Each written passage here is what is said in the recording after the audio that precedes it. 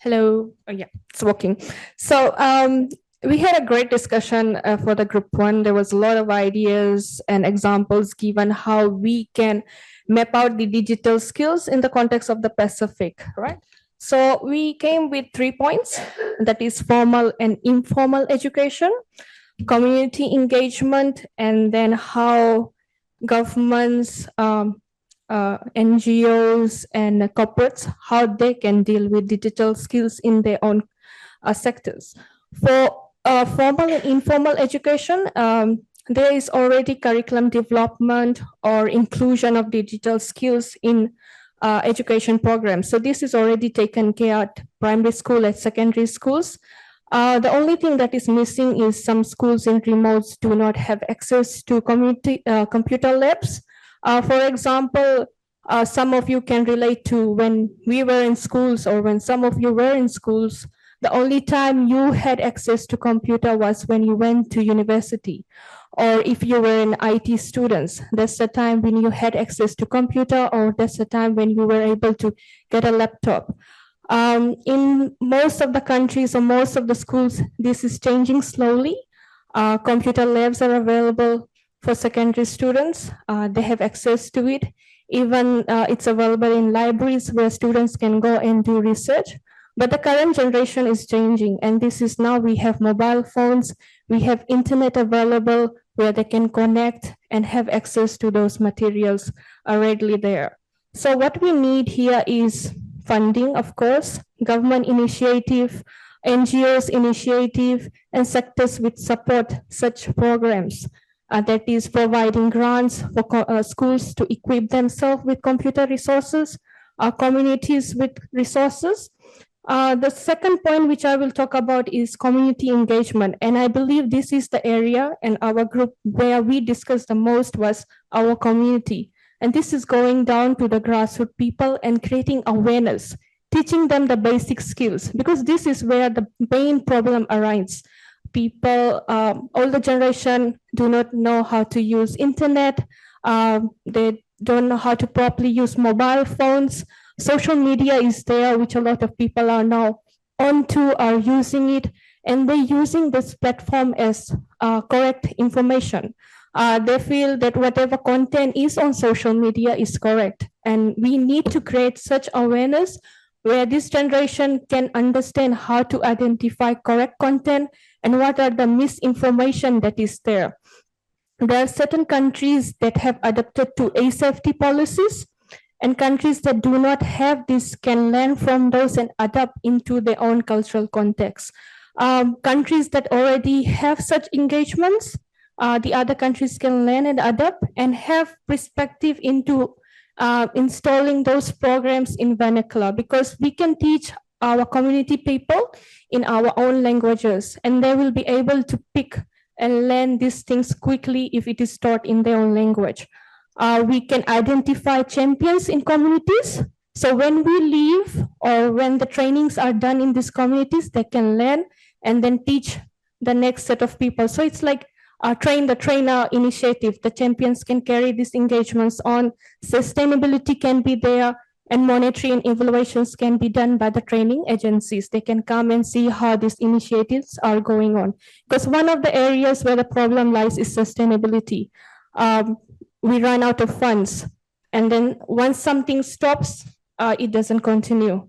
And a lot of initiatives are happening in the Pacific, but it quickly stops at one point. And we need people to go on and continue with these initiations. Another thing I would like to highlight is media literacy content. And it is difficult to teach our grassroots people what is correct news, how to identify misinformation. And maybe we can have small programs or small projects that is run in the communities, teaching them basic things like what is internet, what is Wi-Fi, how to know which site is good, how to identify what are the government sites, because nowadays governments are moving online as well. We have forms, digital forms, which needs to be filled online. And when our community do not have these resources, maybe we can have community initiatives like having a community hall that is connected with internet, so people can go to those community halls and connect there. Maybe these community halls can have computers as well. So people, students or people, if they need to do some online application for the governments or for schools, they can go and connect there and to carry out these works. Now the third one, which is we have reached to a point where the sustainability for this goes on, and this is for corporates, for governments. We already have IT people in these sectors who are well aware of the policies, the regulations, and the government bodies. They carry out the IT knowledge, and like corporate IT is there to guide people and teach them how to use computers, how to use SharePoint, how to use OneDrive, and all those programs are there. We have readily available of webinars, small contents. We have so much materials online that people that are already to a certain level that can go and connect and learn these things. The last one which I would like to talk about is digital skills should be empowering everyone, not just tech savvy. And this is something essential. When we talk about digital skills, the focus goes that it's for IT. It is not for IT. It is for every single individual on this world. We are moving to a digital transformation where we need everyone to have the understanding of digital skills, how to engage on a digital platform, and how to create such awareness for younger generation, for older generations, and for the current generations. Thank you. Thank you so much for that feedback. So we will go to group number 2, which is the on existing policies. So please you have 10 minutes. Is that enough? Thank you, Gina.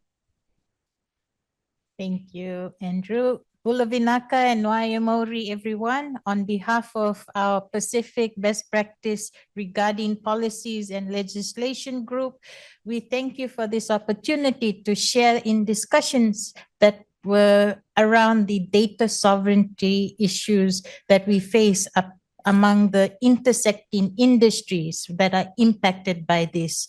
We noticed and shared the inconsistencies around some of the policies that are there. We also came together and convened as a trusted conversation, but expertise in this space, and have a ask to the people around us that we recognize our Pacific talent in expertise, that we are trusted groups that are coming together to support this multi-stakeholder approach to solving some of the standards and issues that exist. We recognized and shared the histories that have come up in the past around the legislations, and also discussed ideas around how that could be. What we would like to ask is that this group recognize the fellows and ensure that taking it forward, that the scoping exercise on the challenges and focusing on one major issue around the best practice of these kinds of legislation be an outcome document to be able to provide the strength of what the fellows are doing here, but also to give insight to inform the governments that exist, who are the current, who are always looking out for what is best for the Pacific. We recognize the international standards that are out there in Oceania, but we would like to contextualize it to the Pacific needs. And we recognize that there's been a lot of good work that has been done by our individual countries present in the conversation, but we would like to highlight the data governance practices that needs to be focused on. And taking one, if we were to take one thing out of that conversation, we would like to make sure that the group focuses on coming out with a best practice around this area, and hopefully form it around 3 top priority thematic areas that would be an outcome for that. The challenge and the importance of how to make this work is to revitalize some options that was thrown around, that was shared, was to look at the current bodies that handle the technology programs in the Pacific region.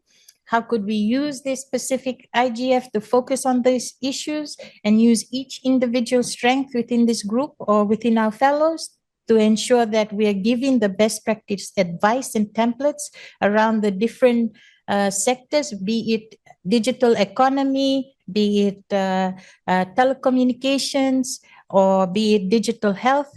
But we would like to see and scope these kinds of ideas to build up that Pacific cross-sharing and also having that bottom-up approach. So with that, I thank you, but I'm also inviting the rest of the team, if they have any comments within these 10 minutes, to support me in your, if I have missed out on anything that was shared. Thank you.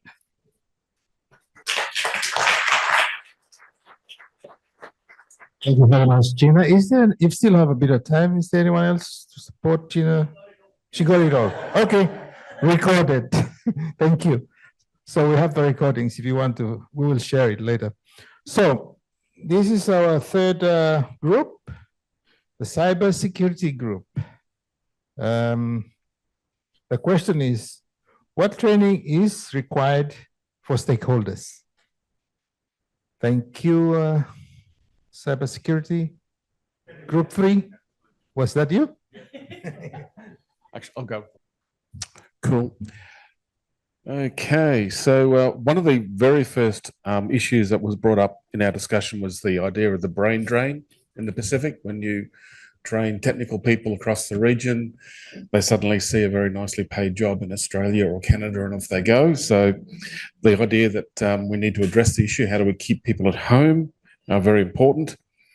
That also brought up the idea, well, it's not really just about cybersecurity engineers, it's not just about the technical people, it's about a lot of other parts of society across the Pacific.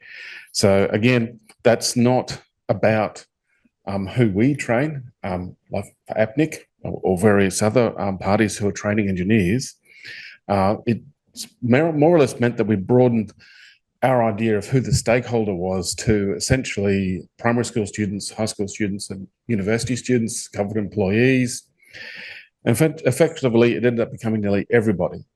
So I think that broadened that scope quite a lot. And once we got to that point, we started talking about what would be the gaps in knowledge needed to be filled. And one of those obvious targets there is curriculums at university, curriculums at high schools, and so on as well.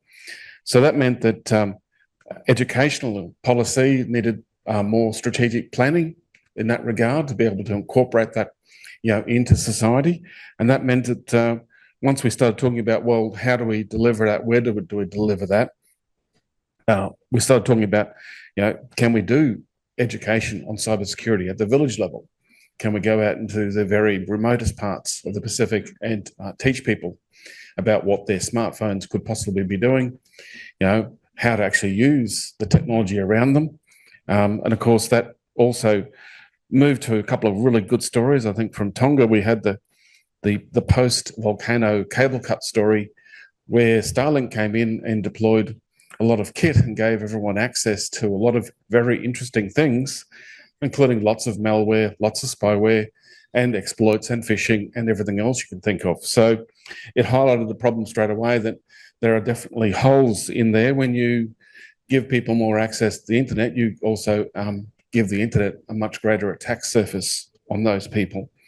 So that meant talking about regulatory support. How could that possibly be canvassed? I think that didn't get very far, which is good. But it does mean that Group 2, when I heard Group 2 talk, data sovereignty and development regulation, definitely something that we would push into your bailiwick there very nicely. And of course, expanding more on how we increase awareness, massively good idea. Influencer marketing. Who will we get? We get Miley Cyrus or Taylor Swift? Who's the most famous pop artist across the Pacific? Maybe we get them on their Instagram to start promoting cybersecurity. So I loved that idea. So that was good. But it came down to concepts like community-based training, which I thought was possibly the best way of summarizing what is needed. And of course, that means we're not talking about educating cybersecurity professionals anymore. We're actually talking about educating people in the community, going out to teachers, high school teachers, primary school teachers, university lecturers, giving them the extra skills. And of course, to me, that says we're not contributing to the brain drain anymore, are we? We're actually working at grassroots society.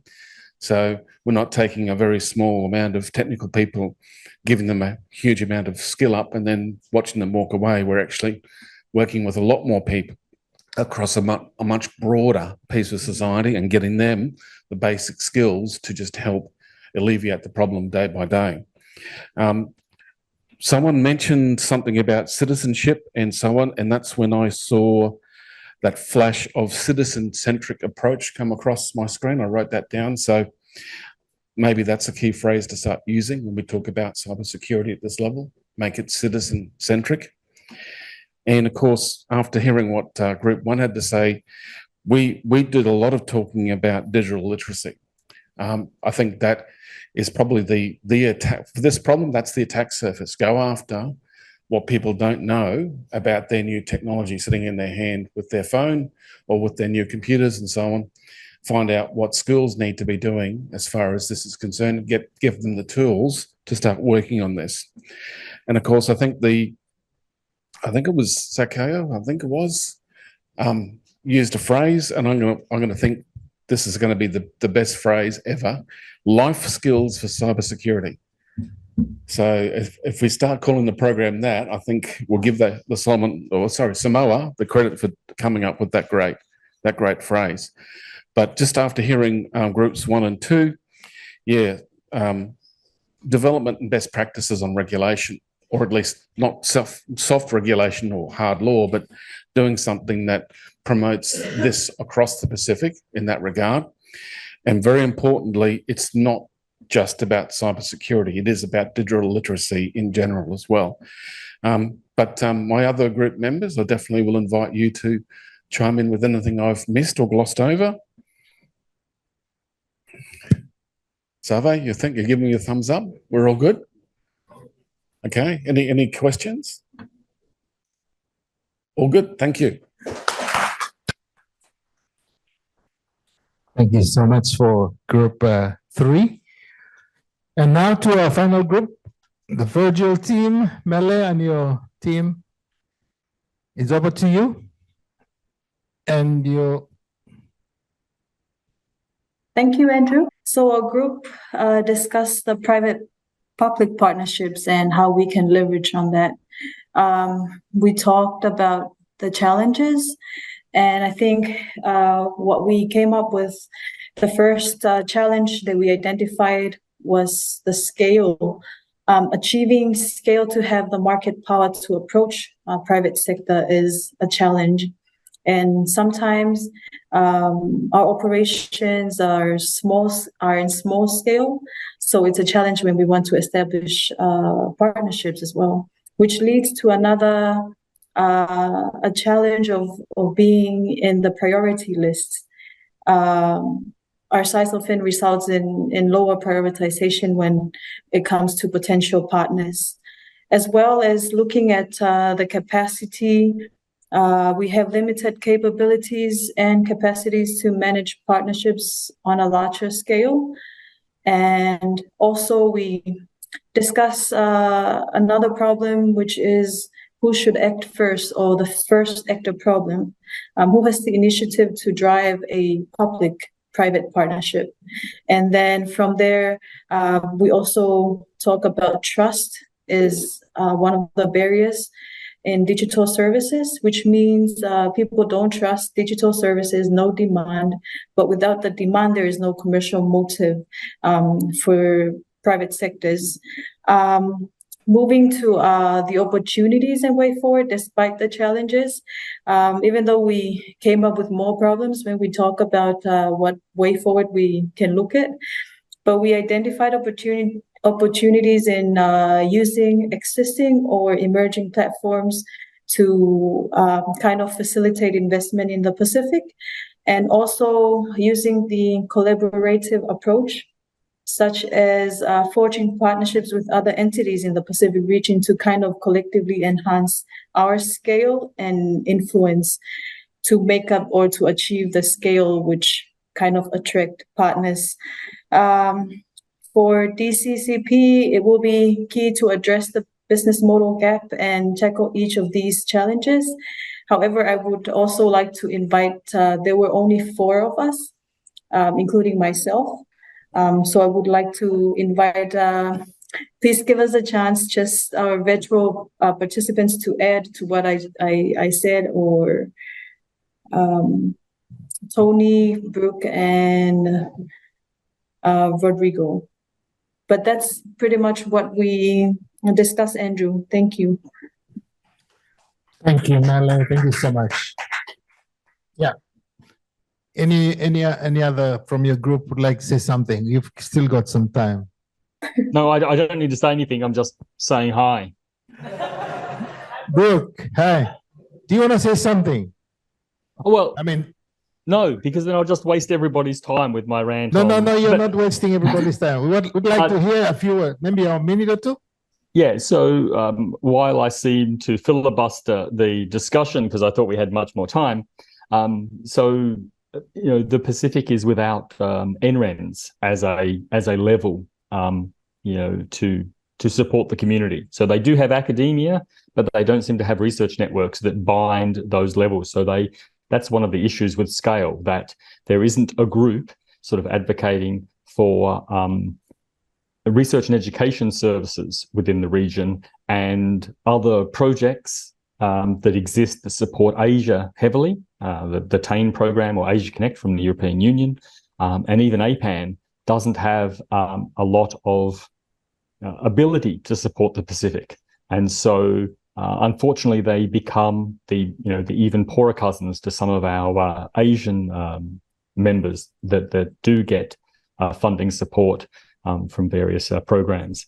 And so, yeah, we don't know how to solve that, but hopefully by making more contacts with research and education organizations within the Pacific, we can get them to help to start,